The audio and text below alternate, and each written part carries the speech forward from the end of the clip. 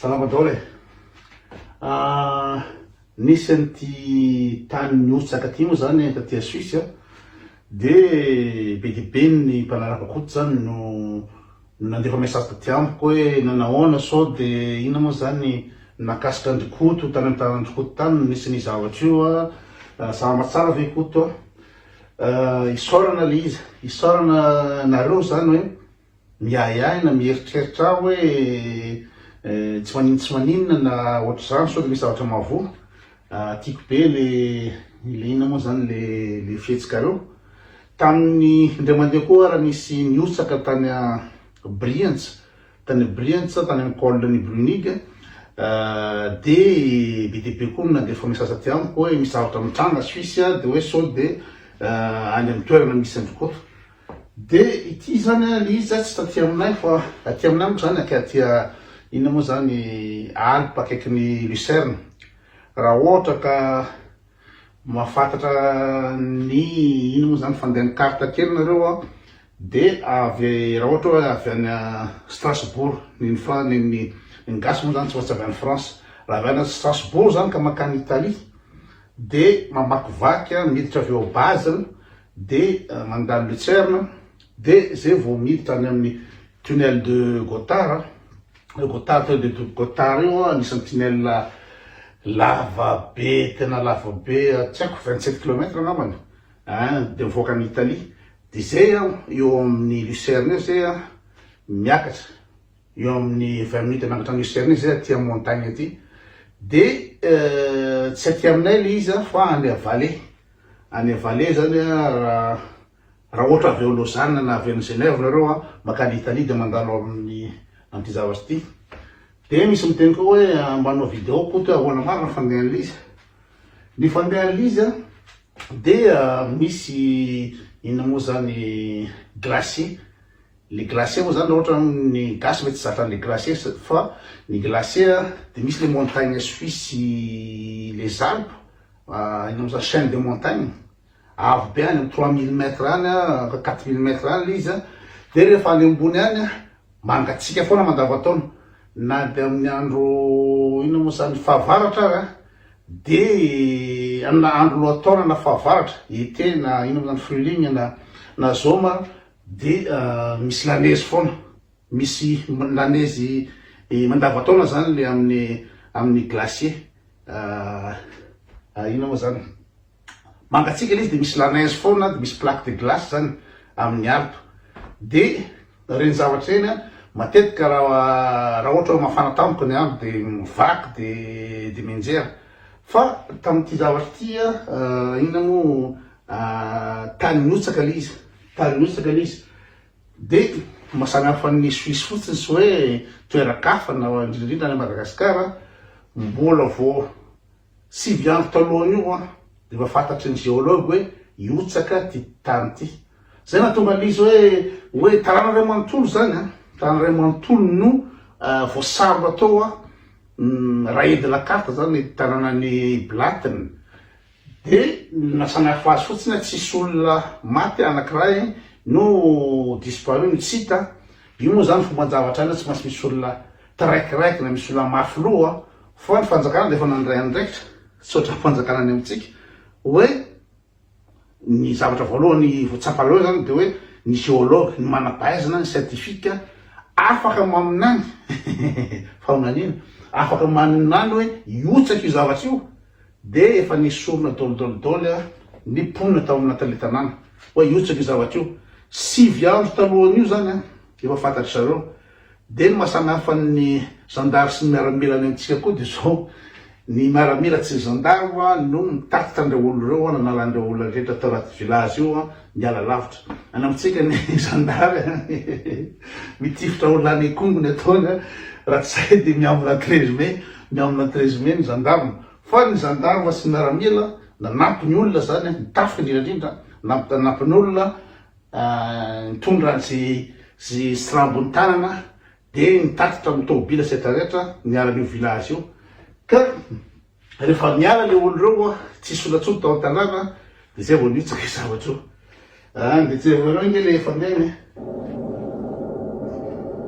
Ces images effrayantes, celles de la puissance destructrice de l'éboulement tout à l'heure au-dessus de Blatten, dans le Haut-Valais. Il était 15h25 aujourd'hui lorsque le glacier s'est effondré et c'est un mélange de boue, de roche et de glace qui a coupé le Lutschental de part en part. Le village de Blatten est presque entièrement enseveli. Sur place, à Blatten, c'est le choc et l'impuissance. La montagne a anéanti une grande partie du village et coupé la vallée en deux. Les habitants avaient été évacués il y a 9 jours face à l'imminence du danger. Ce soir, une personne est portée disparue. 2 conseillers fédéraux se sont rendus sur place. On entendra Martin Pfister dans un instant.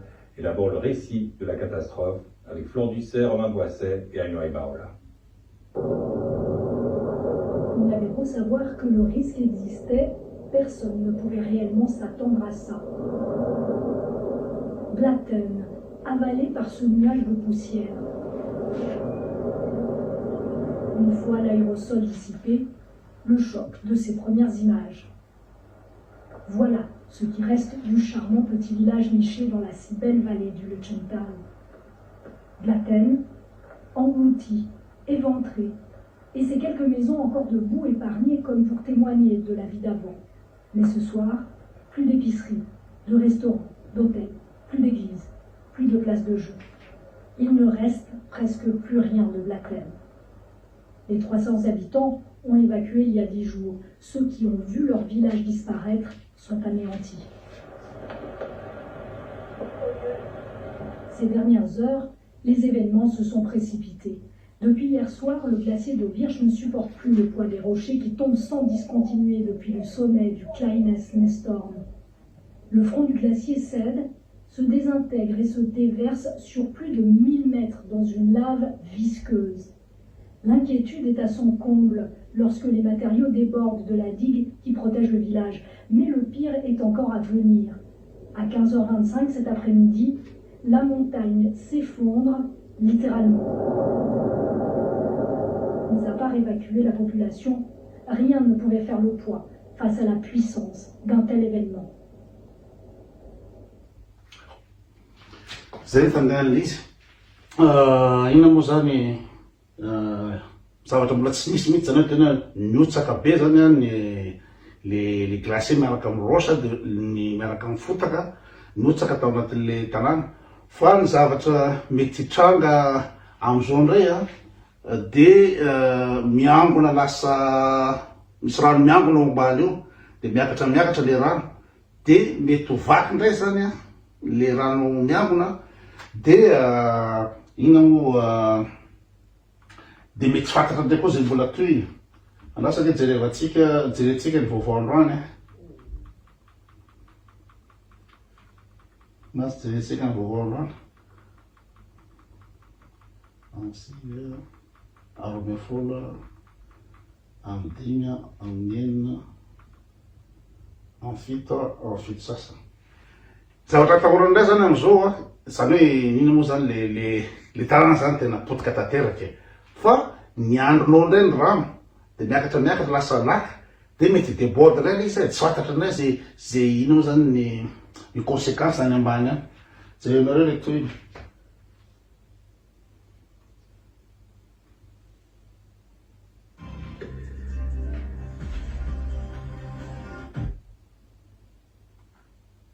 Catastrophe terrible qui s'est produite hier, une nouvelle menace est en train de grandir. C'est l'eau qui s'accumule derrière cet éboulement et qui pourrait provoquer une débâcle, une inondation plus bas dans la vallée, voire jusque dans la vallée du Rhône. Nous sommes en émission spéciale ce soir dans le Lutschental. Nous verrons aussi comment ce matin les habitants ont découvert l'ampleur de la catastrophe, cet éboulement d'ampleur historique qui a détruit un village entier, qui a coupé cette vallée en deux. Nous sommes en direct avec nos reportages, nos invités ici à Verden, dans le Lutschental.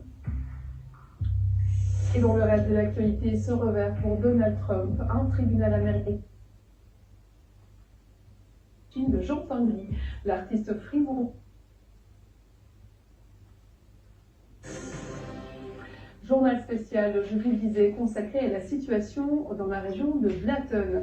Vous êtes sur place en direct, Philippe Revard. La situation est toujours critique. Les experts s'attendent ces prochaines heures à un débordement du lac qui s'est créé dans le village. Oui, on manque de mots pour décrire l'ampleur de la catastrophe ici dans le Lötschental, mais déjà, cette nouvelle menace, vous l'avez dit, cette eau qui monte très rapidement derrière l'éboulement qu'on peut voir derrière moi et qui pourrait déborder, qui pourrait provoquer une nouvelle catastrophe plus bas dans la vallée. C'est la grande crainte du scénario du pire, mais il s'est déjà produit ce scénario du pire hier avec cet éboulement, donc on ne peut pas l'exclure. On va le voir dans ce reportage de Flore Ducet, Romain Boisset et Mathias Deletro. Comme la lave d'un volcan, la masse de boue, de rochers et de glace s'étend sur 2,5 km. Blatten enterré hier, inondé aujourd'hui. Un lac inquiétant qui grossit à raison de 80 cm par heure. Mais à ce stade, impossible d'agir pour libérer ces eaux. Les vols de reconnaissance confirment ce que tout le monde craint. La montagne n'a pas fini de tomber. On est encore confronté à des chutes de pierres. Des pans entiers de la montagne restent instables. C'est pour cette raison qu'on ne peut pas intervenir dans la zone de l'éboulement, car le danger est encore trop fort. Pendant ce temps, les gravats amplifient l'effet de barrage et bouchent la rivière Lanza.